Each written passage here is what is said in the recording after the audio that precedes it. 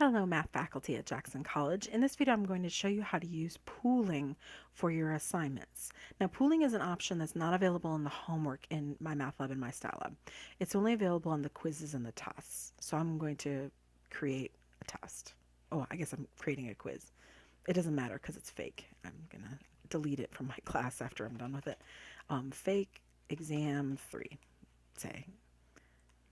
All right, so then I'm going to say, okay, exam 3 is over chapter 8 and chapter 9 and chapter 10, but you start somewhere. So I'm going to start in 8. I'm going to say 8-1, and then I'm going to pick the first objective, say. All right, so, and then you have to kind of look through it and see what type of question you want to ask. If you're okay with asking this first type of question, these first 4 are very similar and pretty easy. They're on a similar difficulty level and covering similar topics.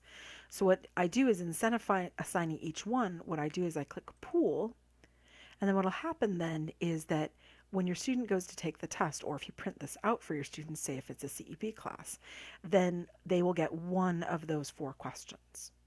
But another student would get a different one of those 4 questions, if that makes sense. And then I would say, okay, questions 17, 19, and 21, those are all similar. You can kind of click on them and look at them if you so desire. And then I would click pool, and we'll pool them together. I wouldn't assign, by the way, 17, 19, and 21 without modification, because they have a piece in there about how to find probabilities, which we have since cut from the class about using normal CDF to find a probability. But the idea holds. Now, if you go, oh no, 21, I really want everybody to see 21, then you can click on 21 and unpool it. And that will mean that that problem is assigned. If you go, oh, 21 and 22, those two should get pooled together. What you can do is you can add 22. And now I can click on 21 and 22 and say, hey, those two I selected, pool those instead. Right? So it allows you to assign a batch of questions, but your student will only see one of them. It won't see all of them.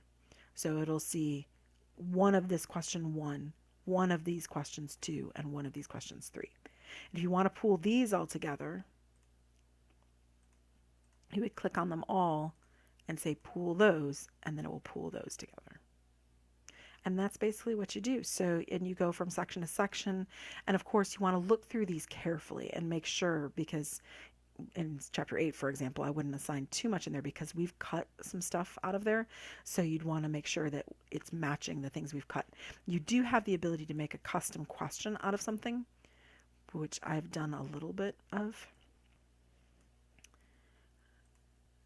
Oop, sorry, I made that too big.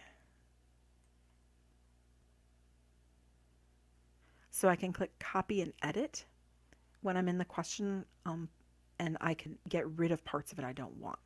So let's say I don't want that whole probability portion, but I do want something else. Actually, I wouldn't assign any of this problem, but you can copy and edit and mess around with it a little bit. You can get rid of, you'd have to install the Flash player, but you can edit the question in there. It's a bit more time consuming, it's a bit more tedious, and it can be a little bit dangerous because what you think you edited might not work that way. So be cautious about using it, but nevertheless, that's what you could do.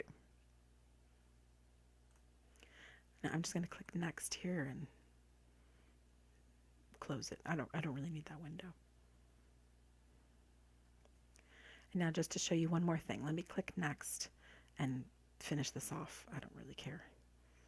I'm not going to keep this test. So you have to decide how many prerequisites, how many attempts.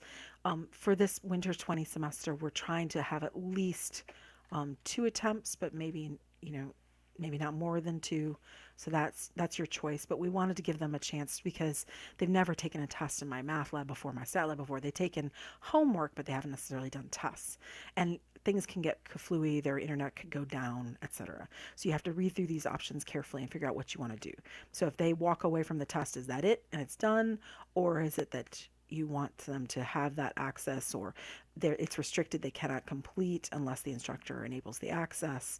So look through all of these and decide where you want to let it go in terms of difficulty. We also recommend from this point on that if you're making a test, the test has some kind of time limit. Keep in mind you have to accommodate students that have accommodations with the Center for Student Success. So if you know the student needs time and a half, then make sure that you select them in the grade book and give them the time and a half. Actually, you can do it in the assignment manager. I can show you that in 1 second. So I'm just going to click Save and Assign. Oh, scramble the question order if you want to make it so different students see different ones as they're beginning, or not. That's your choice. So say in the prison class, maybe you'd want to do that for various reasons, or not. That's your choice. Instructor tip only if you want to leave any kind of aid in there. But again, that'd be more for students taking it online, not students taking it. Oh, I forgot to limit the time limit. Let me go 120. I'm just making this up. It's only 2 questions, so. And there you can see it in my list at the very bottom. It's under Fake Exam 3. Let me show you a couple more things about this. So there's where you can change the settings for student. So if you have a student that needs time and a half, you can change it so that they get time and a half on the test. You can extend their testing time, amongst other things. You'd have to add and remove a student, which I can't do right at this second. But you have to select the student from your roster and decide what you're going to do for them. And then I also wanted to show you something about the print feature. This is going to be especially important for those of you in CEP that need to be able to print perhaps multiple versions of the test for your students to take. So you go to select, and past all the settings and all of that, down at the bottom it says print. So it comes up with a window for printing. And it's going to ask you, what you want to do. I apologize. I should have just done my whole screen and I didn't, so I apologize. All right, so, well, Fake Exam 3, whatever. Choose either portrait or landscape. That option apparently is only available for Google Chrome. If you have another browser, then you should choose portrait. Now here's where it gets interesting. When you print random versions, you can scramble the question order here, and you can reorder multiple choice options. Very nice feature that forces them to really read through it. Student, date, etc. You can play around with this. I recommend having a header and your class name and such. You can include an honor statement, and you can type in here what you would like. Again, for the prison students, that might be very nice. Obviously, we're not really expecting them to not use any notes or their text, but we don't want them to talk to each other, say. And then include your answers. So this is how the instructor can get an answer key that'll help them grade it. So I like it in a separate answer key. You obviously don't want it in line. That would put it after, like in the line with the problem, which both in line and after each question will mean that the students get to see it, which you don't want. What you want is a separate answer key that it'll print as the last page of it. And you don't really want to include question IDs either. That will give them too much information. So if I click print,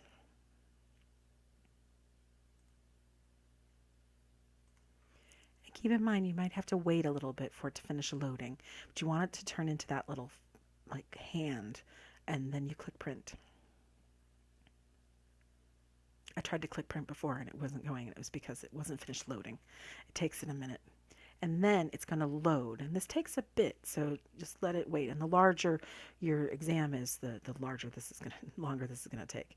But you can see here that it's making a PDF essentially, or a web page of the exam. And the interesting thing is that every time you go to print this, it will be different. Every time you go to print, the pooling will be different. So this time it chose this question, but next time it may or may not choose this question because it's random. So it'll randomly draw. So every time you do this, it'll be different. Oh, and we definitely don't want to include those tables in there. Ugh. So definitely we'll have to watch the Chapter 8 questions. And then I click print, and it'll put it into my, well, in my case, I'm printing from Google Chrome. So it'll go to my Chrome print options, or I can save it as a PDF, which I highly recommend, because if you want to give these to multiple students, you can save 10 different versions of this. So I could click save as PDF, and I could save it as exam 3 version 1 or V1, exam 3 V2, and you could keep doing this over and over and over. So you save it somewhere you know where it is. So make a little folder for all your exam 3s for CEP faculty. For non-CEP faculty, you don't have to worry about saving multiple versions because you'll be able to assign it online. But if you need paper versions, say for your prison students, then you can say fake exam 3 version 1 and save it. And then it closes it. If you close again and then close this, and then I go back to print, and it all starts again. and then I choose everything again.